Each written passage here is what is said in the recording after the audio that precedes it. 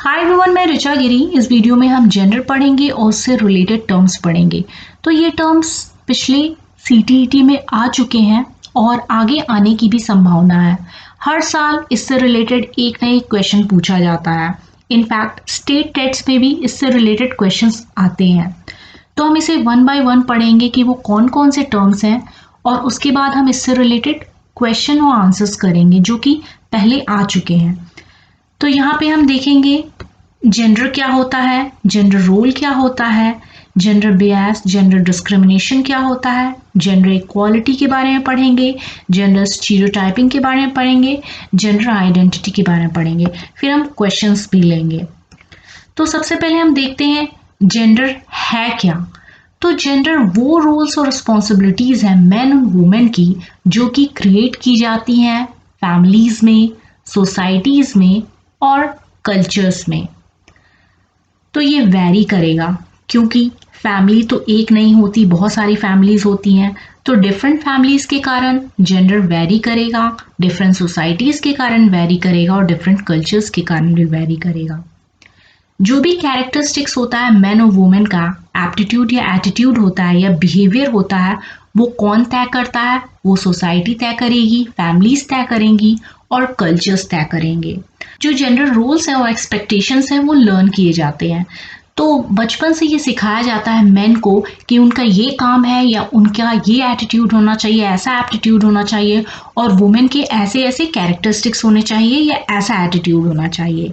ये चेंज होते हैं विद पासेस ऑफ टाइम। जैसे जैसे टाइम पास होते जाता है जेंडर के रोल्स भी चेंज होते जाते हैं। जैसे हम एग्जाम्पल के रूप में देख सकते हैं, ट्रेडिशनली जो मेल मेंबर्स होते थे घर के, वो पैसे लेने का काम करते थे, पैसे लाने का काम करते थे घर में, या सामान लाने का काम करते थे।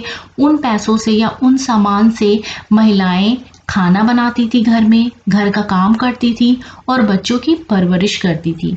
तो बाहर का काम पुरुषों का था और घर का काम औरतों का था।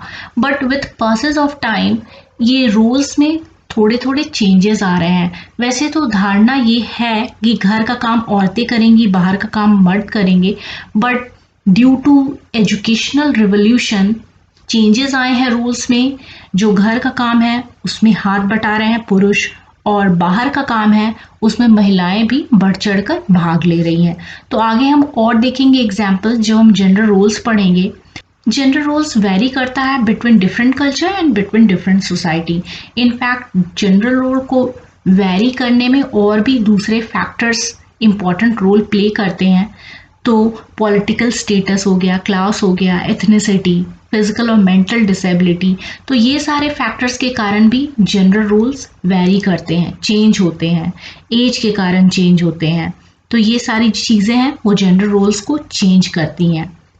आगे हम देखेंगे कि जेंडर को कैसे डिफाइन कर रहा है WHO, वर्ल्ड हेल्थ ऑर्गेनाइजेशन का कहना है कि gender refers to the socially constructed characteristics of a women and man. तो जेंडर क्या है? सोशली कंस्ट्रक्टेड वुमेन और मैन का कैरेक्टरिस्टिक्स है। जैसे मैन और वुमेन का ऐसे नॉर्म्स होने चाहिए, उनके ऐसे रोल्स होने चाहिए, ऐसे रिलेशनशिप होने चाहिए दूसरों से, या आपस में इस टाइप का रिलेशनशिप होना चाहिए। और ये वेरी करेगा डिफरेंट सोसाइटीज़ में और चेंज भी हो सकता है डिफरेंट सोसाइटीज़ में। आगे हम देखेंगे सेक्स और जेंडर। सेक्स और जेंडर में क्या डिफरेंस है? वैसे तो हम सेक्स और जेंडर को एज अ सिनोनिम यूज़ करते हैं, बट एक्चुअली ये सिनोनिम नहीं है। और ये डिफरेंशिएशन किसने बताया है? तो ये रॉबर्ट स्टोलर ने बताया है कि सेक्स और जेंडर दोनों डिस्टिंक्ट हैं, दोनों अलग अलग हैं। तो सेक्स क्या है? सेक्स है physical difference between man and women. और जेंडर क्या होता है? तो जेंडर को कनेक्ट किया जाता है मैन और वुमेन के बिहेवियर से, कि उनके कल्चर के अकॉर्डिंग या उनके सोसाइटी के अकॉर्डिंग उनका कैसा बिहेवियर होना चाहिए। सेक्स को अगर हम डिफाइन करें तो हम कह सकते हैं बायोलॉजिकल कैरेक्टरिस्टिक्स और natural biological differences between man और वुमेन। जैसे हम रिप्रोडक्टिव ऑर्गन का एग्जांपल ले सकते हैं कि मैन का ये है, वुमेन का ये है। अगर जेंडर को हम एक्सप्लेन करें, डिफाइन करें, तो हम कह सकते हैं कि सोशली और culturally constructed difference between these two sexes, these man and women.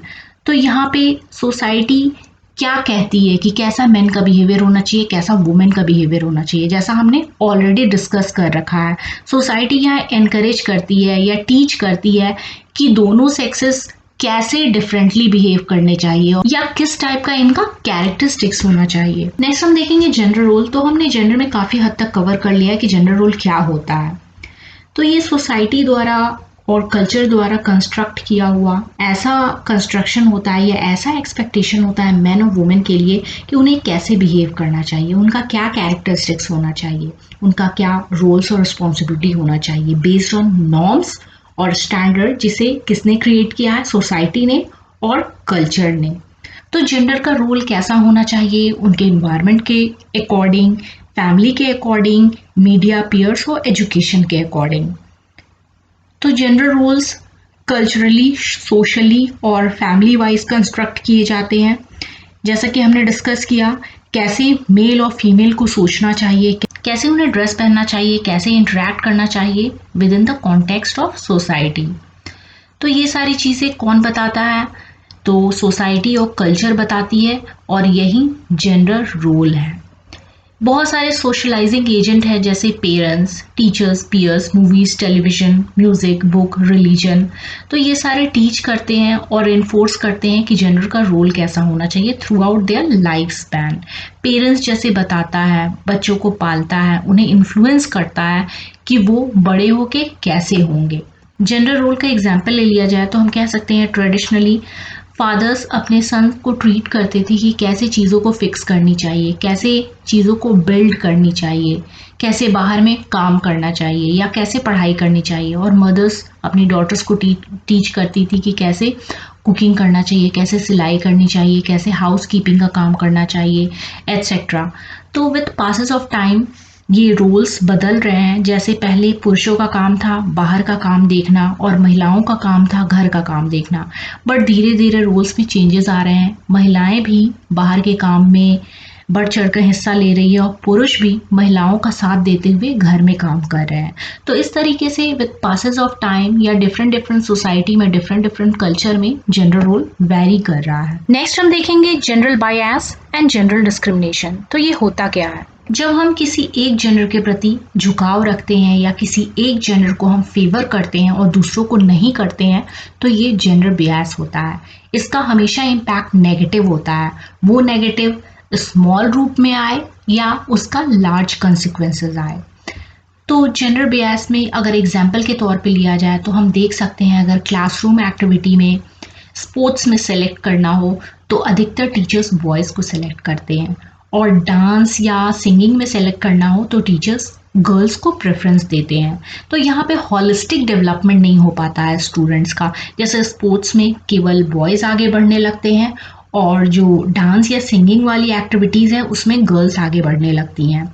दूसरा एग्जाम्पल दिया जाए तो हम कहेंगे मैनेजर्स जनरली अपने मेल सबऑर्डिनेट को प्रमोट करते हैं या उनके फेवर में रहते हैं। जो फीमेल सबऑर्डिनेट्स होती हैं वो उन्हें प्रमोट नहीं करना चाहते हैं। कारण होता है हो सके उनकी फ्यूचर में शादी हो जाए, हो सके वो कंपनी छोड़ जाएं, या बहुत सारे ऐसी धारणाएं होती हैं, रूढ़बद्ध धारणाएं होती हैं जिसका कारण जेंडर बियस होता है या जेंडर डिस्क्रिमिनेशन होता है। बट आजकल जो मेल और फीमेल्स के डिफरेंस है वो कम हो रहे हैं क्योंकि लोग अवेयर हो रहे हैं जेंडर डिस्क्रिमिनेशन में। जैसे स्कूलों में भी ऐसा ज़रूरी नहीं है कि स्पोर्ट्स में केवल बॉयज़ को लिया जा रहा है, गर्ल्स को भी लिया जा रहा है। सिंगिंग और डांसिंग में अब ज़रूरी नहीं है केवल गर्ल्स को लिया जा रहा है, बॉयज़ को भी लिया जा रहा है अच्छे अच्छे स्कूलों में। और जो ऑफिसेज हैं उनमें गर्ल्स को इक्वल अपॉर्चुनिटी दी जा रही है कि वो ग्रो करें, प्रमोशन ले, और ये सारे काम के बेसिस पे किए जा रहे हैं। तो हम बहुत हद तक देखेंगे कि जेंडर डिस्क्रिमिनेशन पे हम काबू कर रहे हैं। आगे हम देखेंगे जेंडर इक्वालिटी। तो जेंडर इक्वालिटी क्या होता है, जब डिस्क्रिमिनेशन ना हो जेंडर में तो जेंडर इक्वालिटी आता है।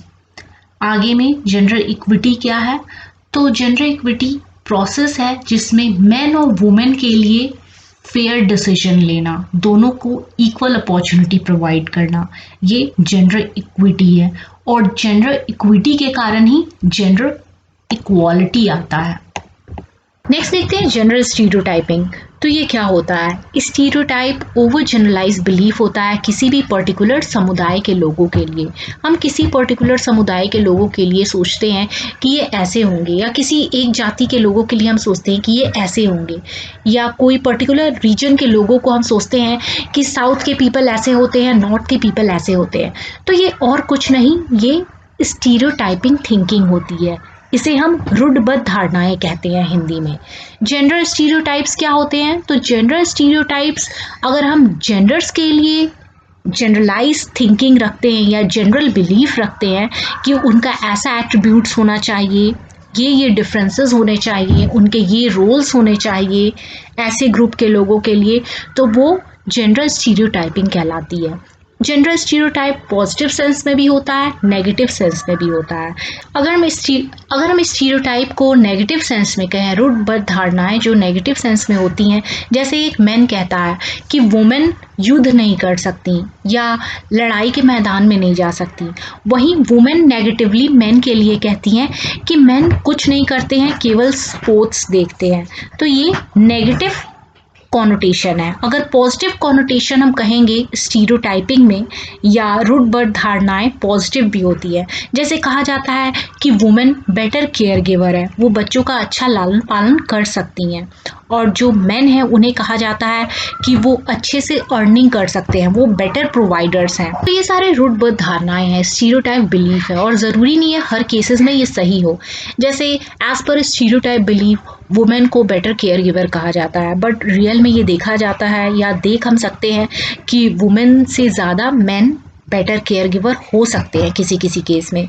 सिमिलरली मेन को बेटर प्रोवाइडर कहा जाता है, बट अगर रियल में हम देखें तो हम ये भी कहीं कहीं केसेस में देखेंगे कि वुमेन भी बेटर प्रोवाइडर हो सकती हैं। तो ये स्टीरियोटाइप्स बिलीफ्स हैं, वो नेगेटिव सेंस में भी है और पॉजिटिव सेंस में भी है, और इन्हीं स्टीरियोटाइप के कारण जेंडर डिस्क्रिमिनेशन होता है, जैसा कि हम पढ़ चुके हैं पहले। आगे हम देखेंगे अटेम्प्ट्स जो कि स्टीरियोटाइप को ब्रेक करते हैं। उनमें से एक है इमेंसिपेशन ऑफ वुमेन। तो वुमेन का फ्रीडम मिलना या वुमेन का लिबरल होना, ये बढ़ावा दे रहा है जेंडर स्टीरियोटाइपिंग को ब्रेक करने में।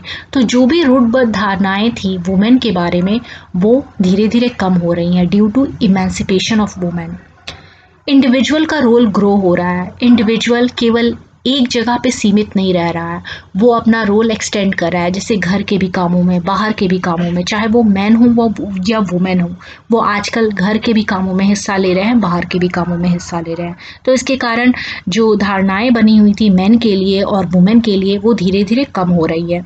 ग्लोबलाइजेशन के कारण, रीवैल्यूएशन के कारण सोशल रोल्स हैं वो चेंज हो रहे हैं। मास मीडिया बहुत सारे इन्फॉर्मेशन देता है, एंटरटेनमेंट देता है, और साथ ही ये ओपिनियन बनाता है लोगों के अंदर, एटीट्यूड्स बनाता है, बिलीव्स बनाता है। तो मास मीडिया के कारण भी जेंडर स्टीरियोटाइपिंग कम हो रही है, वो अवेयरनेस ला रहा है। नेक्स्ट हम देखेंगे जेंडर आइडेंटिटी। तो जेंडर आइडेंटिटी क्या होता है? तो यहाँ पे अपनी अंडरस्टैंडिंग कि हम क्या हैं, हमारा जेंडर क्या है, या लोग हमें कैसा देखना चाहते हैं, इसे ही हम जेंडर आइडेंटिटी कहते हैं।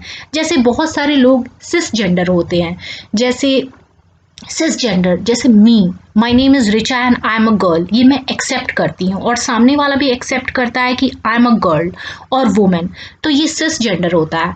बट कुछ ऐसे जेंडर होते हैं जो सेक्सुअली तो गर्ल होते हैं या सेक्सुअली बॉय होते हैं, बट वो अंदर से गर्ल या बॉय वाली फीलिंग नहीं रखते हैं, उनके अंदर डिफरेंट फीलिंग होती है। जैसे हम कह सकते हैं गे कैटेगरी या लेस्बियन कैटेगरी, ये सारे एग्जाम्पल्स हो सकते हैं। तो इस तरीके से जो इंडिविजुअल अपने आप को जैसा सोचता है वैसा ही अगर लोग भी उसे देखें तो वो रिस्पेक्टफुल फील करता है। तो ये सिस जेंडर के केस में तो हो जाता है, बट ट्रांसजेंडर के केस में नहीं होता है, या कुछ और केसेस में नहीं होते हैं। जेंडर आइडेंटिटी का मतलब है अपनी पर्सनल अंडरस्टैंडिंग कि हमारा क्या जेंडर है और हम क्या चाहते हैं दूसरों से कि वो हमें क्या बोले। हम कुछ क्वेश्चंस देख लेते हैं जो ऑलरेडी आ चुके हैं सीटीईटी में जेंडर से रिलेटेड। तो फर्स्ट क्वेश्चन देखते हैं, in order to avoid gender stereotyping in class a teacher should. तो हमने जेंडर स्टीरियोटाइपिंग पढ़ा है कि क्या होता है, रूढ़िबद्ध धारणाएं होती हैं। तो जब वो धारणाएं खत्म करेंगे, हम नॉन ट्रेडिशनली चलेंगे किसी भी रोल में, तो ये धारणाओं को हम खत्म कर सकते हैं। तो फर्स्ट ऑप्शन बेस्ट इसका आंसर होगा, बाकी तीनों रॉन्ग होंगे। Second, a school gives preference to girl while preparing students for a state level solo song competition, this reflects. तो स्कूल अगर गर्ल को प्रेफरेंस दे रहा है सोलो सॉन्ग में या फिर बॉयज़ को प्रेफरेंस देता स्पोर्ट्स में या किसी और एक्टिविटी में, तो ये none other than gender bias कहलाता है या जेंडर डिस्क्रिमिनेशन कहलाता। नेक्स्ट क्वेश्चन देखते हैं, selecting and presenting stories and clipping from newspaper that portray both men and women in non traditional role is an effective strategy to. तो जब हम non traditionally चलते हैं या कुछ शो करने की कोशिश करते हैं तो वो क्या कर रहा है, जेंडर स्टीरियोटाइपिंग को खत्म करने की कोशिश हो रही है। तो यहाँ पे counter gender stereotypes. Next question देखते हैं, question 4, several research studies show that teachers have more overall interaction with boys than girls, what is the correct explanation for this. तो इसका क्या करेक्ट एक्सप्लेनेशन है, boys are easier to manage than girls in classroom, तो ये stereotyping behaviour हो गया, ये stereotyping belief हो गया। This is an example of gender Beas in teaching, तो डेफिनेटली ये जेंडर बियास है या जेंडर स्टीरियोटाइपिंग है, तो यही इसका आंसर होगा। Boys have much more academic capability than girl, तो ये भी स्टीरियोटाइप थिंकिंग हो गई। Boy need more attention than girl, ये भी स्टीरियोटाइपिंग थिंकिंग हो गई, तो इसका आंसर सेकंड होगा। नेक्स्ट क्वेश्चन देखते हैं, the following categories affect gender except, तो जेंडर को कौन कौन अफेक्ट करता है, रिलीजन अफेक्ट करेगा, इथनिसिटी अफेक्ट करेगा, एप्टीट्यूड इफेक्ट करेगा, बट लैंग्वेज इफेक्ट नहीं करेगा, तो लैंग्वेज इसका आंसर होगा। Next question, when a teacher considers boys as naturally better at mathematics than girls it shows that teacher is, तो टीचर जेंडर बायस शो कर रही है। Next question, children acquire gender role through all of the following except, तो gender role सभी से acquire करता है children except tutoring, तो ट्यूटरिंग इसका आंसर होगा। नेक्स्ट क्वेश्चन देखते हैं, gender discrimination in a class, तो इसका क्या आंसर होगा, may lead to diminished effort और परफॉर्मेंस ऑफ स्टूडेंट्स, ये करेक्ट होगा, बाकी ये तीन रॉन्ग होगा। तो हमने already gender role, gender discrimination और बीएस डिस्कस कर चुका है, तो उसके अकॉर्डिंग हम इसका आंसर दे सकते हैं इजीली। नेक्स्ट है जेंडर इज अ, तो क्या होगा, सोशल कंस्ट्रक्ट, ये भी हमने पढ़ रखा है। तो आई एम श्योर कि वीडियो आपको समझ आया होगा, अगर अच्छा लगे तो प्लीज़ इसे लाइक कीजिए, इसे शेयर कीजिए एज मच एज पॉसिबल और प्लीज़ सब्सक्राइब कीजिए with the bell icon. Thank you so much for watching.